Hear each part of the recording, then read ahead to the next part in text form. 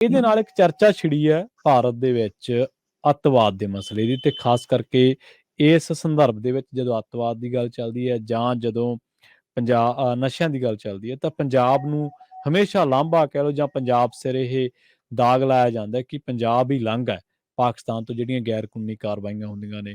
ਕੋਈ ਕਹਿੰਦਾ ਦੀਨਾ ਨਗਰ ਅਟੈਕ ਹੋਇਆ ਸੀ, ਕੋਈ ਕਹਿੰਦਾ ਗੁਰਦਾਸਪੁਰ ਹੋਇਆ ਸੀ, ਬਥੇਰਾ ਕੁਝ ਕਿਹਾ ਜਾਂਦਾ ਹੈ।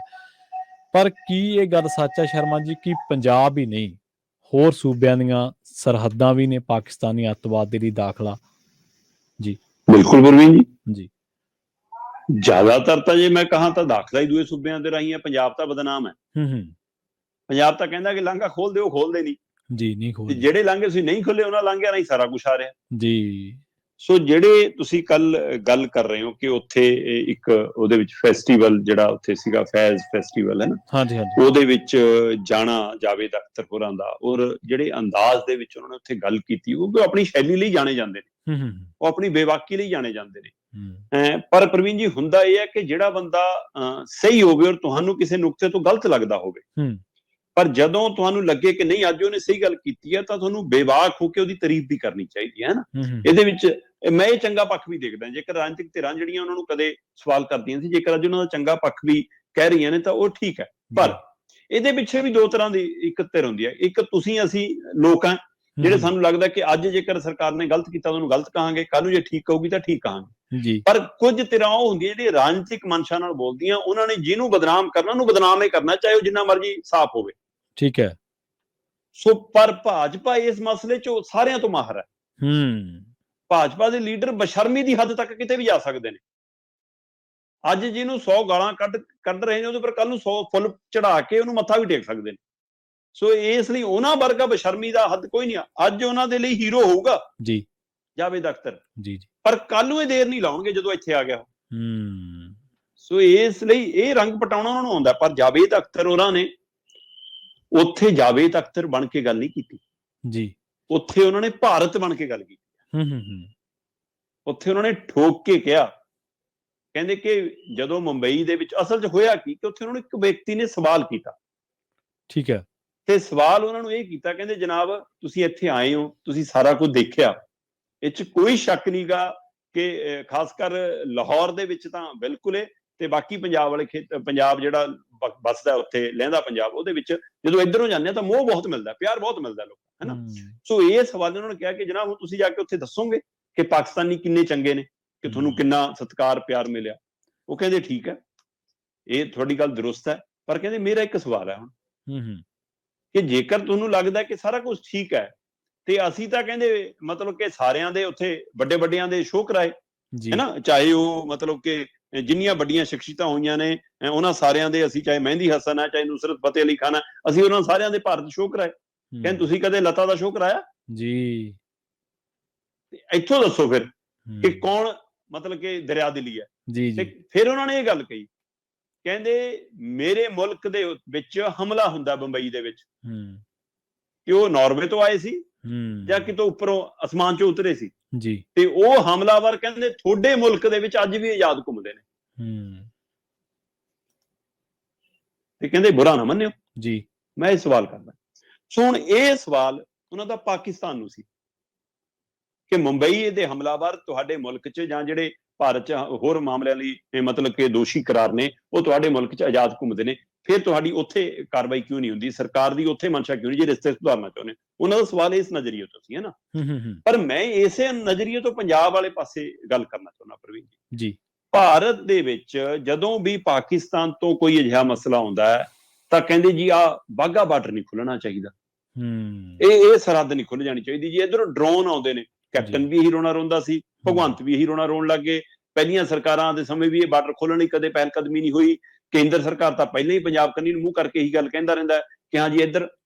ਸੋ ਸਵਾਲ ਫਿਰ ਮੇਰਾ ਉਸੇ ਮਤਲਬ ਕਿ ਜਾਵੇਦ ਅਖਤਰ ਜੀ ਦੇ ਹਵਾਲੇ ਨਾਲ ਇਹ ਸਵਾਲ ਹੈ ਹਾਂਜੀ, ਕਿ ਉਹ ਕਹਿੰਦੇ ਮੁੰਬਈ ਹਮਲਾ ਹੋਇਆ ਪਾਕਿਸਤਾਨ ਵਾਲਿਆਂ ਨੇ ਕੀਤਾ, ਠੀਕ ਹੈ, ਕੀ ਮੁੰਬਈ ਹਮਲਾਵਰ ਇਸੇ ਰਸਤੇ ਆਏ ਸੀ?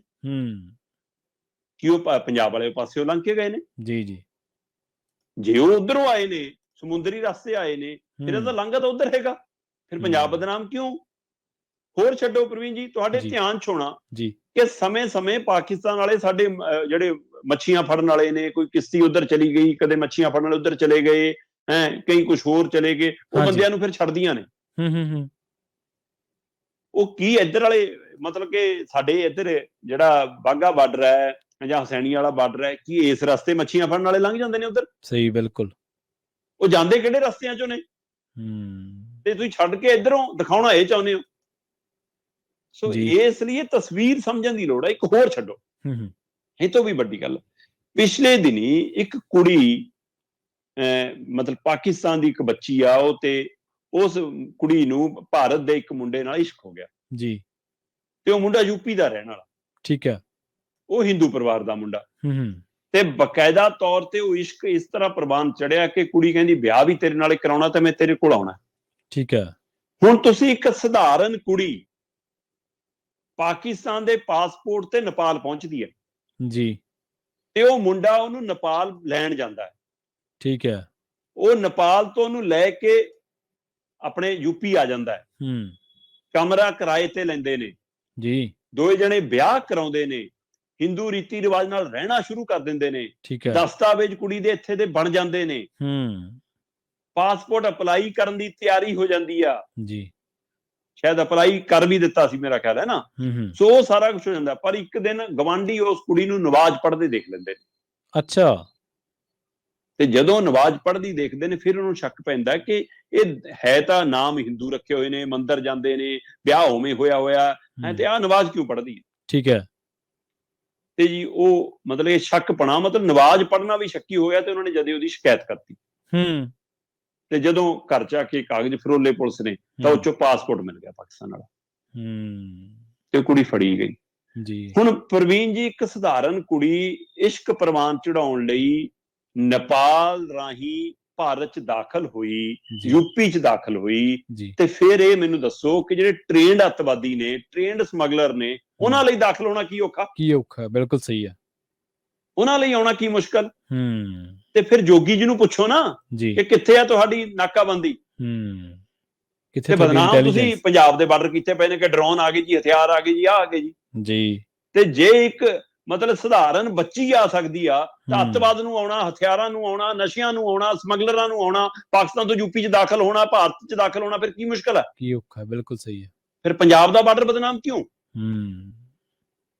ਸੋ ਇੱਥੋਂ ਮਨਸ਼ਾ ਸਾਫ਼ ਸਮਝ ਆਉਂਦੀ ਆ। ਸੋ ਇਸ ਲਈ ਇਹ ਕਹਾਣੀ ਨੂੰ ਸਮਝਣ ਦੀ ਲੋੜ ਆ ਪ੍ਰਵੀਨ ਜੀ।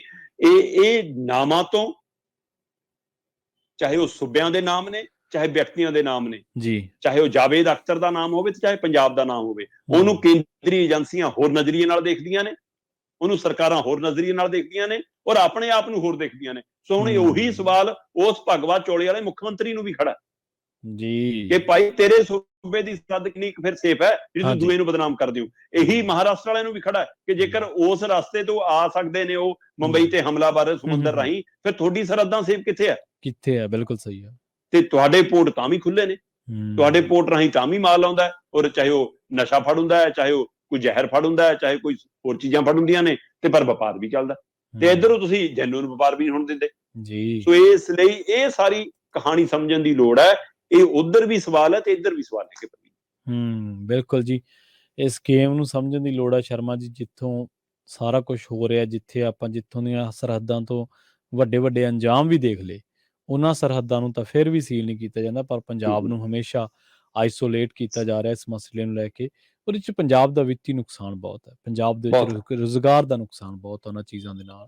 ਜੇਕਰ ਇਹ ਵਾਘਾ ਅਟਾਰੀ ਬਾਰਡਰ ਖੁੱਲਦੀ ਹੈ ਤੇ ਅਸੀਂ ਪਾਕਿਸਤਾਨ ਹੀ ਨਹੀਂ, ਮਿਡਲ ਈਸਟ ਤੱਕ ਆਪਦੀਆਂ ਜਿਣਸਾਂ, ਆਪਦੇ ਉਤਪਾਦਨ, ਆਪਦੀਆਂ ਫਸਲਾਂ, ਆਪਣੀਆਂ ਸਬਜ਼ੀਆਂ ਪਹੁੰਚਾ ਸਕਦੇ ਹਾਂ।